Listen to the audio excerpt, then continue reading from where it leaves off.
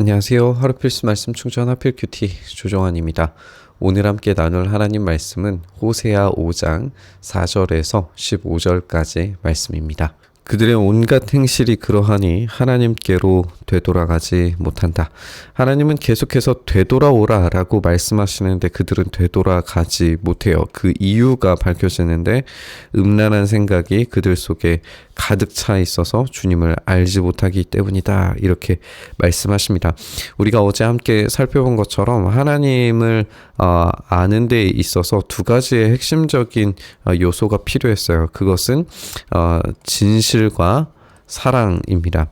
이것이 항상 세트로 다니고 이것이 하나님의 신실하심을 보여주는 요소들이라고 나눴습니다. 그래서 히브리어로 에메트와 헤세드입니다. 에메트와 헤세드를 알고 있어야지 하나님을 따르고 하나님께 되돌아갈 수 있는데 그들의 음란한 생각이 이 진실과 사랑을 가르치지 않았고 배우지 않았고 배우려고 하지도 않기 때문에 이 진실과 사랑을 대체한 음란한 생각으로 가득 차 있기 때문에 주님을 알지 못하고 되돌아가는 방법조차 잊어버린 걸 우리가 보게 돼요. 이스라엘의 교만이 이스라엘에게 불리하게 증언한다. 그럼에도 불구하고 이들은 진실과 사랑이 없이도 잘 살 수 있다라고 착각하는 거죠. 그들은 하나님의 명령을 거부하면서도 그것이 어떠한 문제가 있다는 것을 전혀 깨닫지 못하고 있습니다. 그것이 그들의 교만인 거죠. 이스라엘 곧 에브라임은 저의 죄에 걸려서 넘어질 것이다. 유다도 그들과 함께 넘어질 것이다.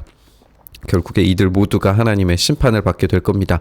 양떼와 소떼를 몰고 주님을 찾아 나선다고 하여도 이것은 예배를 상정하는 것이죠. 이들은 지금 예배를 드리려고 하고 있어요.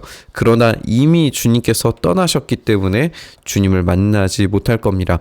그런데 이 예배에 대해서도 우리가 어제 함께 나눈 것처럼 예배를 드리려고 하기는 하지만 그 예배의 대상, 정확한 대상이 진실과 사랑으로 일하시는 하나님의 신실하심에 대하여 예배하는 것이 아니라 자기들 스스로 바꾸어 버린 바알에게, 나의 주에게 예배하는 모습을 우리가 보게 됐죠. 그러니까 이런 양떼와 소떼는 결국 제사장을 배불리는 용도로만 사용되지 참된 예배가 이루어지지 못합니다.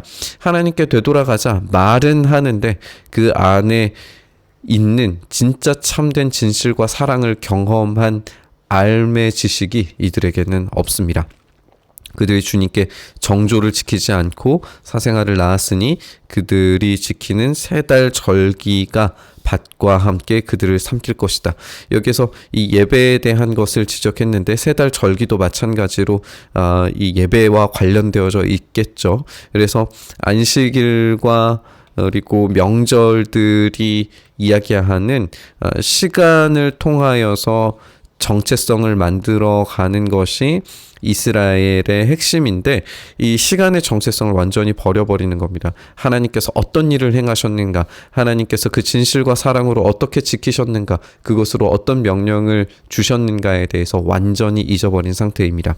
기브아에서 전쟁을 알리는 나팔을 불어라. 라마에서도 비상 나팔을 불어라. 베다웬에서도 전쟁이 터졌다고 경보를 알려라. 베냐민아, 적군이 내 뒤를 뒤쫓는다. 우리가 지도를 좀 생각을 해보면 지금 여기가 예루살렘이고 기브아, 라마, 베다웬이 베델 그 부근이에요. 그러니까 여기서 일직선으로 나눠져 있는 이 방향이라는 걸 우리가 알 수가 있어요. 그래서 지금 남유다가 북이스라엘을 향하여서 진격하는 장면을 우리가 보게 되는 거죠. 그러니까 지금 이 남쪽으로부터 시작해서 유다가 북쪽으로 진격하는 북이스라엘이 정벌되는 이런 과정들을 보여주는 것 같아요.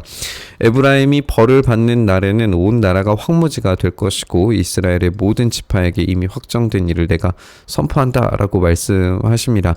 유다의 통치자들은 경계선을 범하는 자들이 내가 그들 위에 분노를 물처럼 쏟아 부을 것이다. 에브라임이 도움을 구하러 허무한 것을 뒤쫓아갔으니 에브라임이 심판을 받아서 억압을 당하고 짓밟혔다. 그러므로 나는 에브라임에게는 좀으로 유다 가문에게는 썩이는 것으로 칠 것이다. 이렇게 하나님께서 예고하고 계세요.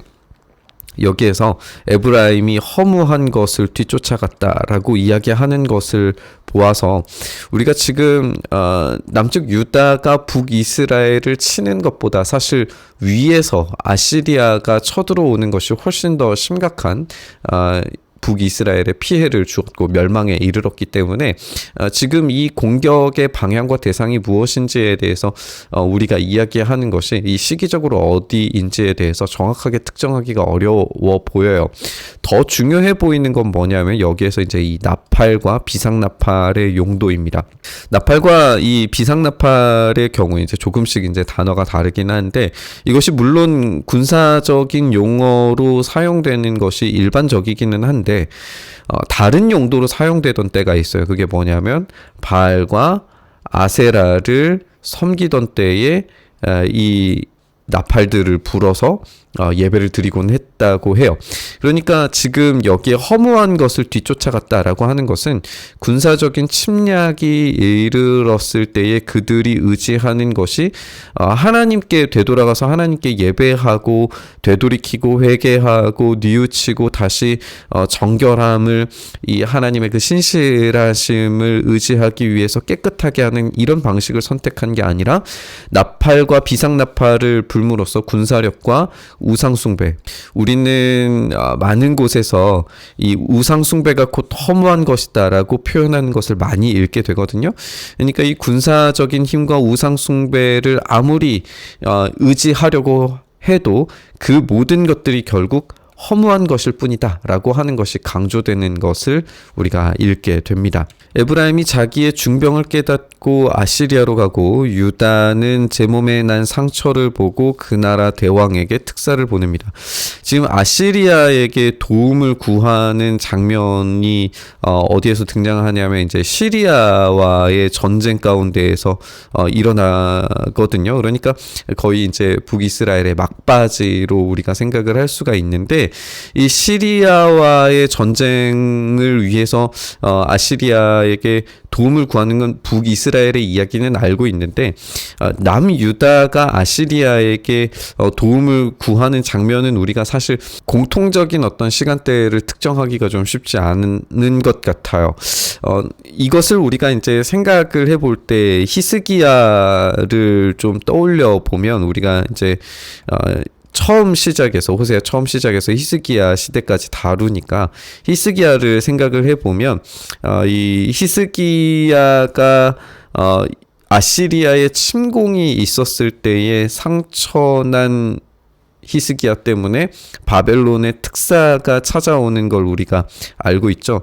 그러니까 이것은 단지 에브라임의 문제만은 아니었어요. 그 당시의 사람들 이스라엘의 커다란 문제는 뭐냐면 자꾸만 하나님이 아닌 다른 것들을 의지하려고 한다는 거예요. 그것이 군사력이든지 아니면 우상숭배든지 그 어떤 것이든지 그렇다는 거죠. 지금 이 본문에서 유다가 지금 아시리아에게 도움을 구하는 것으로 여겨지기는 하지만 이것을 바꾸어 이야기해서 유다가 바벨론 그 대왕에게 특사를 보내는 것도 역시 연결해서 생각을 해볼 수도 있는 겁니다. 어쨌든 그 대왕이 너희 중병을 고치지 못하고 그가 너희의 상처를 치료하지 못한다. 여기에서 갈라지게 될 거예요. 참된 치료를 경험하는 것은 하나님을 의지할 때이고 하나님을 의지하지 않는 북이스라엘은 결국 멸망당할 겁니다. 이것이 아시리아 침공에서 굉장히 중요한 분기점이었다는 걸 우리는 열왕기 하를 통해서 함께 나눴었습니다. 내가 사자처럼 에브라임에게 달려들고 젊은 사자처럼 유다 가문에 달려들어 그들을 물어다가 갈기갈기 찢을 것이니 아무도 내 앞에서 내 입에서 그들을 빼내어 건져주지 못할 것이다. 나는 이제 내 곳으로 돌아간다. 그들이 지은 죄를 다 뉘우치고 나를 찾을 때까지 기다리겠다. 환난을 당할 때에는 그들이 애타게 나를 찾아 나설 것이다. 그러나 하나님은 나타나지 않으시고 그들이 모든 죄악에 대한 형벌을 받을 때까지 기다리실 겁니다. 결국에 그들의 가장 안전한 피난처이고 가장 안전한 도움이었던 하나님을 버린 채 그들은 역출애굽 광야로 완전히 발가벗겨져서 쫓겨남 당하는, 그래서 가늠한 여인이 집안에서 쫓겨남과 같은 그런 일들을 이스라엘이 당하게 되리라 라고 하는 이야기를 우리가 읽을 수 있습니다. 이스라엘은 그들의 힘도 군사력도 종교 생활도 의지해서는 안 됩니다. 그들에게 필요한 것은 오로지 하나님의 진실한 사랑으로 명령하시는 그 율법에 순종하고 복종하는 것이죠.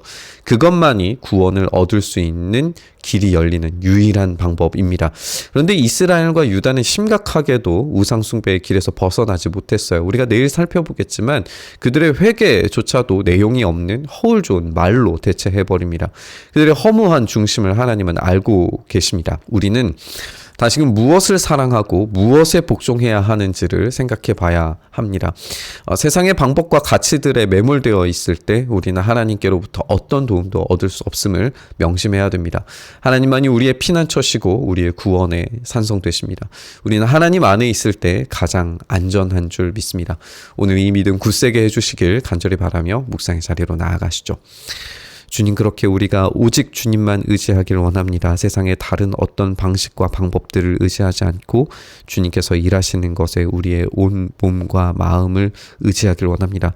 그 진실하시고 신실하시며 사랑으로 일하시는 주님을 온전히 의지하오니 주여 우리 가운데 그 놀라우신 일하심과 보호를 허락하여 주시옵소서. 일행하시길 간절히 바라고 소망하며 우리 주님 예수님 이름으로 기도드리옵나이다. 아멘.